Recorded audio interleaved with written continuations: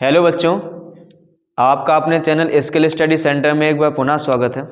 जैसा कि आपको पता है कि हर वर्ष आपके लिए इम्पोर्टेंट क्वेश्चन लेके आते हैं जो कि आपके बोर्ड एग्ज़ाम के लिए बहुत ही इम्पोर्टेंट होते हैं।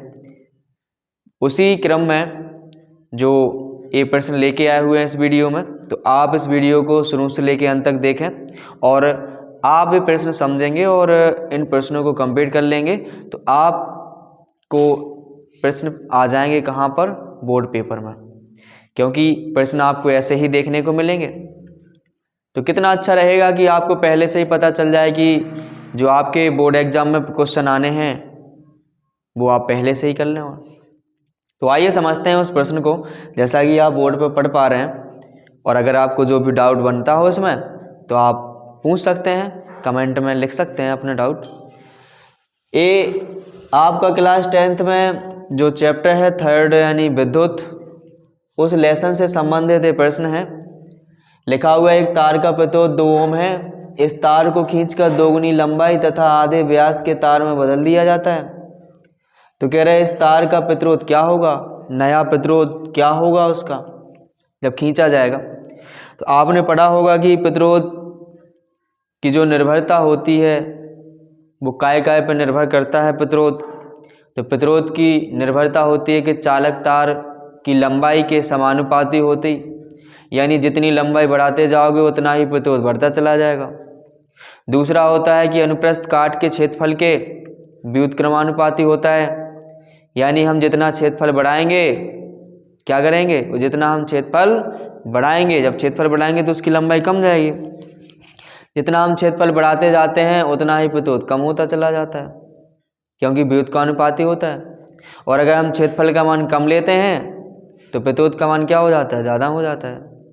ठीक है, तो इन पर निर्भर करता है। और पदार्थ की प्रकृति पर निर्भर करता है कि बना काय का है, जिसे हम विशिष्ट प्रतिरोध भी बोलते हैं, नियत होता है वो। और ताप पर तो निर्भर करता ही करता है। ओके, आइए तो हम इस प्रश्न को हल करते हैं, किस तरीके से समझिएगा। इन्हें कहा कि एक तार का प्रतिरोध है 2 ओम। तो सबसे पहले कैपिटल R1 लिख लीजिए, यानी पहले जो दिया गया था वो कितना दिया गया प्रतिरोध, 2 ओम। फिर इन्हें कहा कि लंबाई को दोगुनी कर दी गई, यानी पहले लंबाई L1 कुछ रही होगी, तो L1 को हम मान ले रहे हैं, L माने ले रहे हैं, कछु मान लो, लंबाई है तो इसलिए L मान लिया, लेंथ। इसके बाद कह रहे हैं दोगुनी कर दोगे, लंबाई को दोगुना कर दिया गया, यानी L2 कितनी हो गई, 2L हो गई, 2L बना दिया। फिर इन्हें कहा व्यास कितना कर दिया गया, व्यास कर दोगे कितना, आधो कर दोगे, आधो। ठीक है, तो यहाँ ध्यान दें कि पहले जो व्यास था आप लिख सकते हैं 2R1। 2R1 बराबर जो पहले व्यास था आप उसको D लिख सकते हैं, डायमीटर। 2R1 लिख सकते हैं ना ऐसे, बिल्कुल। फिर कह रहे व्यास आधो कर दोगे है तो 2R2 कितना हो गया, 2R2 हो गया D/2, D का आधा कर दीजिए। यहाँ X Y कुछ भी मान सकते हैं अपने हिसाब से, बस संबंध आपको दिखाना है कि ये पहले D था फिर उसका आधा कर दिया, D/2। आप देखेंगे कि इन्हीं से R1 की जो वैल्यू निकालेंगे वो निकल के आएगी D/2, और आप इससे R2 की जो वैल्यू निकालेंगे वो निकल के आएगी D/4 निकल के आएगी। ओके, आपने देखा कि R1 R2 की वैल्यू आ चुकी है, small r1, because R1 is the radius of the wire, यानी जो तार दिया गया था उसकी रेडियस है, एंड R2 क्या है, the radius of the new wire, यानी जो दिया गया है वो नया वायर है, उसकी रेडियस है R2। अब हमें निकालना क्या है, R2, कैपिटल R2 निकालना है। आपने देखा होगा, पढ़ा होगा कि फॉर्मूला होता है कि R1/R2 बराबर होता है L1/L2 इंटू A2/A1। जहाँ पर L1 और L2 लंबाई है चालक तार की, और ये देख रहे होंगे A1 A2 देख रहे, ये क्या है, क्षेत्रफल है, एरिया, अनुप्रस्थ काट का क्षेत्रफल। क्या, जैसे वायर को अगर काटें, अगर मान लो ऐसे ही काट रहे हैं अपन, ऐसे ही काटते हैं ना वायर को, तो ये आप देखो किस तरीके से है, वृत्ताकार। तो यही कहा जाता है अनुप्रस्थ काट का क्षेत्रफल। तो ये वृत्ताकार है तो वृत्त का क्षेत्रफल क्या होता है, पाई आर स्क्वायर, बेशक है। तो यहाँ पर आप लिखें पहले R1 बटे में R2 बराबर में L1 बटे में L2 इंटू A2 की जगह आप लिख देंगे पाई R2 स्क्वायर और A1 की जगह लिखेंगे पाई R1 स्क्वायर। पाई से पाई को उड़ा दो, L1 बटे L2 अभी लिखे रहो, यहाँ लिख सकते हो R2 बटे में R1 का होल स्क्वायर, और यहाँ पर R1 बटे R2 है ही कैपिटल में। R1 की वैल्यू दी गई थी 2 ओम, तो 2 रख दो, R2 पूछो जा रहा हो, R2 जहीं को तहीं लिख दो।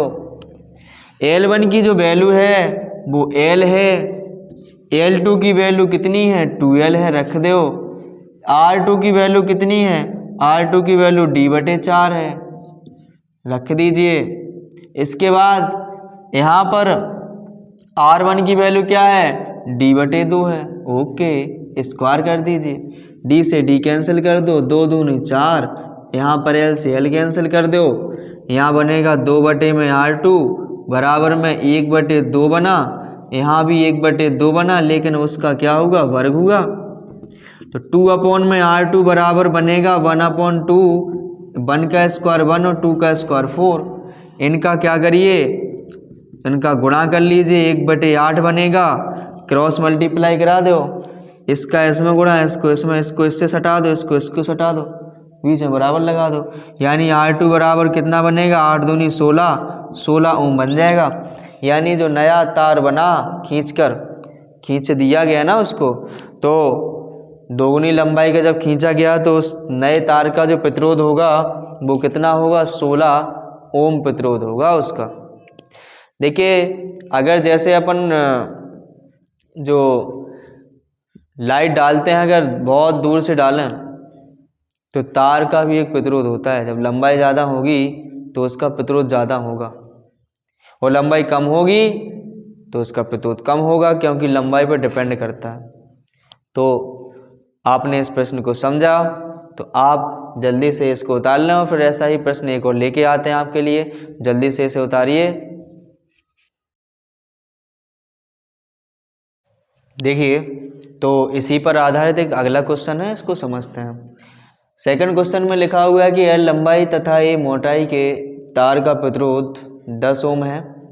इसी पदार्थ के एक अन्य तार जिसकी लंबाई L/3 तथा मोटाई 3A हो, तब उसका प्रतिरोध ज्ञात कीजिए। सबसे पहले आपको ये समझना है कि इनने मोटाई की बात करी है।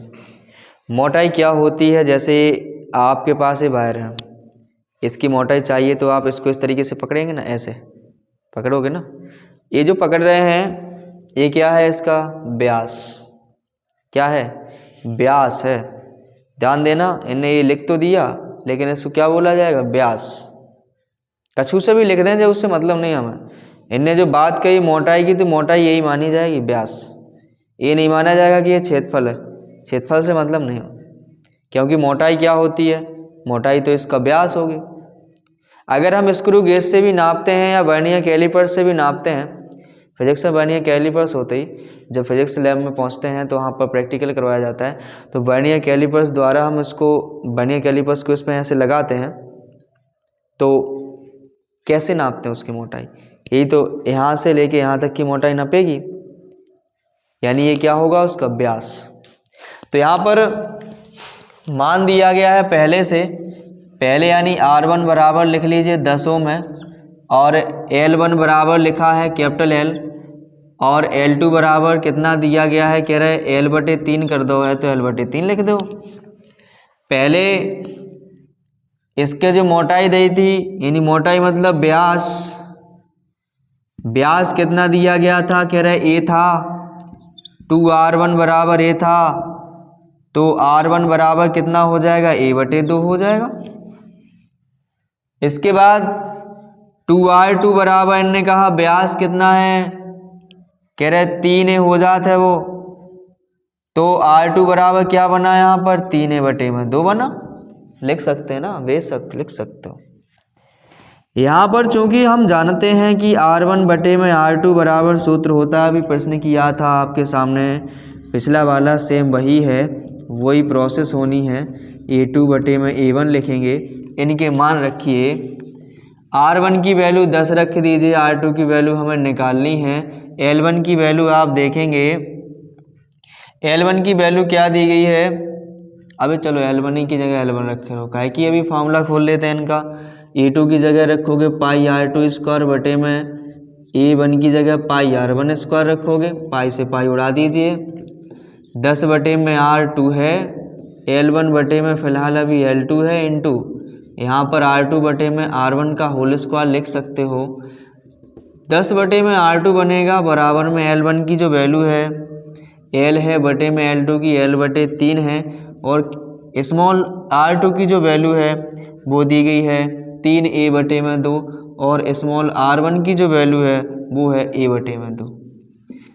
ए से ये कैंसिल कर दीजिए, 2 से 2 कैंसिल करिए, L से L कैंसिल करिए।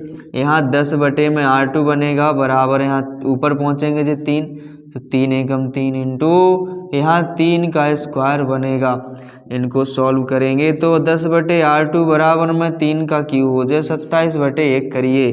R2 बराबर वैल्यू निकाल लीजिए 27।